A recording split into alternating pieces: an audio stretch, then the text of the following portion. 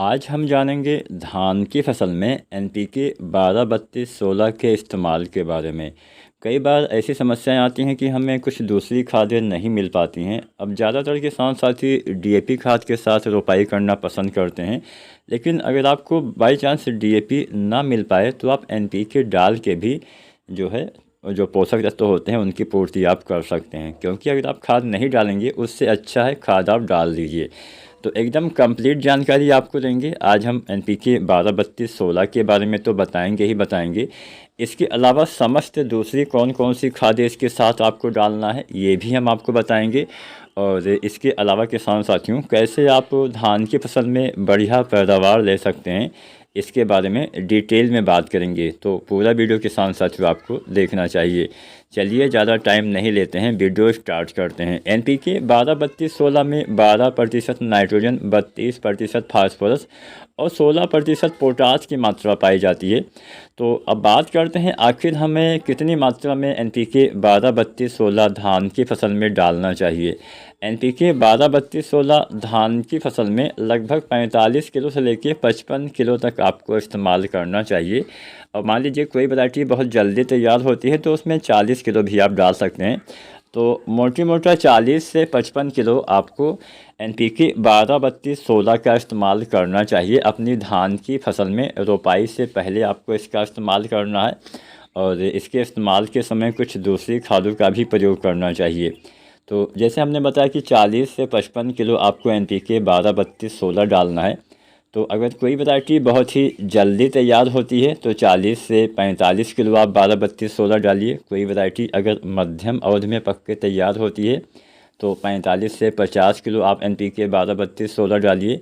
और अगर कोई वैरायटी देर से पक के तैयार होती है तो उस धान की वैरायटी में आपको कितना डालना है, 50 से 55 किलो एनपीके 12-32-16 खाद का इस्तेमाल करना चाहिए।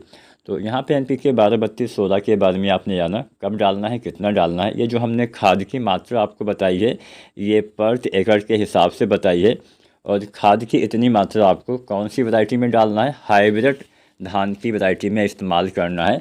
इस बात का भी किसान साथियों आपको ध्यान देना है। अगर आप कोई देसी किस्में लगाते हैं तो हाइब्रिड किस्मों की तुलना में जो हम खादें बताते हैं उसकी लगभग आधी मात्रा ही देसी वैरायटियों में प्रयोग की जाती है। तो इस बात का ध्यान देना है। अब चलिए जानते हैं इसके अलावा हमें दूसरी खाद, अगर आप धान की सीधी बिजाई भी करते हैं तो भी आपको इतनी ही मात्रा में इन खादों का इस्तेमाल करना है। तो एनपीके 12-32-16 तो हो गया। अब बारी आती है कि इसके अलावा कौन कौन सी खाद हमें इस्तेमाल करना चाहिए। तो एनपीके 12-32-16 के अलावा हम दूसरी बहुत सारी खादों का इस्तेमाल करते हैं, उसी में से है एक पोटास। क्योंकि एनपीके 12-32-16 में 16% पोटास होता है, जिससे कुल पोटास की मात्रा की पूर्ति नहीं हो पाती है। तो ऐसी कंडीशन में आपको पोटास का इस्तेमाल किसान साथियों अलग से करना पड़ेगा। अब अलग से कितना पोटास डालना है ये भी किसान साथियों आप जान लीजिए, क्योंकि अगर आप सही मात्रा नहीं डालेंगे तो भी आपको किसान साथियों नुकसान होगा। तो अलग से पोटास आपको जो एमओपी पोटास आता है 60% वाला, उसकी लगभग 15 से 25 किलो मात्रा आपको इस्तेमाल करनी है। कोई वैरायटी जल्दी तैयार हो, क्योंकि यहाँ पे एनपीके 12-32-16 डालेंगे तो 15 से 25 है। लेकिन वहीं अगर आप डीएपी खाद का इस्तेमाल करते हैं या सिंगल सुपर फास्फेट डालते हैं तो 25 से 40 किलो आपको पोटास देना होता है। क्योंकि 16% एनपीके 12-32-16 में पोटास की मात्रा मिल जाती है, तो यहाँ पे पोटास कम डालना है थोड़ा सा। तो एनपीके 12-32-16 के साथ कितना पोटास डालना है, 15 से 25 किलो। अब वैरायटी के हिसाब से कम दिन में तैयार होती है तो कम डालिए, और मध्यम अवधि की वैरायटी है तो 20 की मात्रा डालिए। और देर से, मान लीजिए कम दिन में तैयार होती है तो 15 किलो डालिए, देर मध्यम अवधि की वैरायटी है तो 20 किलो, देर से तैयार होती है तो 25 किलो पोटास आपको डालना है। अब बात करते हैं कब डालना है, क्योंकि रोपाई के समय आपने एनपीके 12-32-16 डाला हुआ है। तो आप चाहें, बहुत सारे किसान साथी ऐसा करते हैं कि पोटास की पूरी मात्रा रोपाई के समय ही डाल देते हैं, तो आप ऐसा भी कर सकते हैं। या फिर ये जो मात्रा आपको डालनी है 15 से 20-25 किलो, ये आप डालिए 40-45 दिन के आसपास, तो भी अच्छा काम करेगा।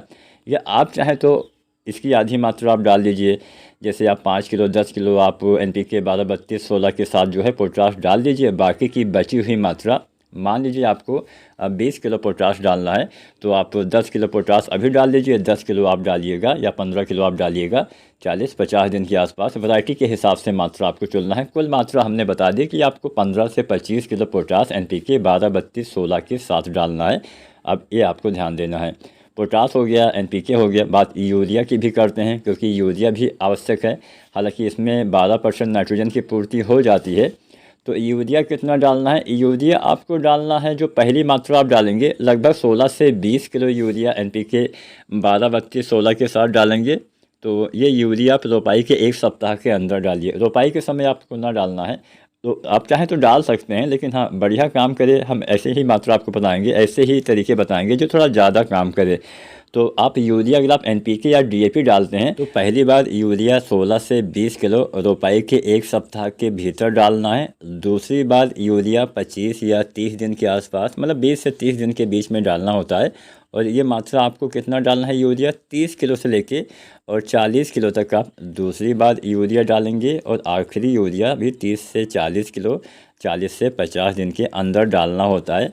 अगर आप SSP वगैरह डालते हैं तो पहली यूरिया भी 30 से 40 किलो ही, जो हमने बताया कि 1 सप्ताह के अंदर डालिए 15 से 20 किलो सिंगल सुपर फास्फेट में, क्योंकि नाइट्रोजन नहीं होता है तो वहाँ पे यूरिया की मात्रा पहली बढ़ जाती है। तो यहाँ पे हमने यूरिया, पोटास और सभी खादों के बारे में लगभग बताया। जिंक की भी बात करते हैं। जिंक का इस्तेमाल रोपाई के समय नहीं करना है। जिंक का इस्तेमाल जब आप दूसरी बार यूरिया डालते हैं 20 से 30 दिन के आसपास, तो उसी यूरिया के साथ जिंक सल्फेट जो आती है 33% वाली 5 किलो से लेकर 7 किलो तक, या 21% वाली 8 किलो से लेकर 10 किलो तक आपको इस्तेमाल करना है। साथ में यूरिया के साथ आसानी से इसका प्रयोग कर सकते हैं। अगर आप यूरिया के साथ जिंक डालते हैं तो नाइट्रोजन की क्षमता भी बढ़ती है, अच्छे से नाइट्रोजन काम कर पाता है। तो यूरिया हो गया, जिंक हो गया, आपका NPK हो गया। अगर हम कुछ घुलनशील खादों की बात करें तो आप कल्ले निकलते समय मान लीजिए फसल कमज़ोर है तभी NPK डालना है, वैसे खादों का इस्तेमाल करने से कोई विशेष फ़ायदा नहीं मिलेगा। तो थोड़ा सा कमज़ोरी दिखती है आपको, अच्छी ग्रोथ नहीं दिखती है 20 से 25-30 दिन तक, 35 दिन तक, तो इस अवस्था में आप एक NPK आता है 19-19-19, ज़्यादातर किसान साथी इसका इस्तेमाल करते हैं। ये बढ़िया काम भी करता है। 19% नाइट्रोजन, 19% फास्फोरस और 19% पोटास की मात्रा इसमें पाई जाती है। कई बार जो हम मिट्टी में खादें डालते हैं सही से काम नहीं कर पाती हैं, तो एक तरह से ये टॉनिक का काम करता है, एक बूस्टिंग का काम करेगा, पौधे की रुकी हुई ग्रोथ को फिर से बढ़ाने का काम करेगा, जड़ों के विकास में हेल्प करेगा। और जो हम घुलनशील खादों का स्प्रे करते हैं वो थोड़ा जल्दी भी काम करती है। तो NPK 19-19-19 लगभग आप 25-30 दिन के आसपास या 35 दिन तक, वैसे तो कभी भी इस्तेमाल कर सकते हैं, लेकिन अच्छा समय 25-30 दिन का ही है। इस समय 1 किलो से लेकर 1.5 किलो पर एकड़ के हिसाब से अगर आप NPK डालते हैं तो अच्छा फ़ायदा मिलेगा।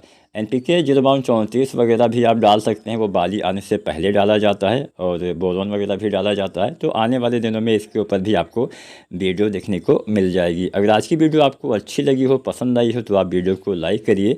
अगर आप किसी दूसरे विषय पे वीडियो देखना चाहते हैं तो उसके बारे में आप कमेंट में जानकारी दीजिए। और चैनल को अभी भी सब्सक्राइब नहीं किया है तो आप SRJ खेती चैनल को अभी सब्सक्राइब कर दीजिए, बेल आइकन पर ऑल नोटिफिकेशन ऑन करें।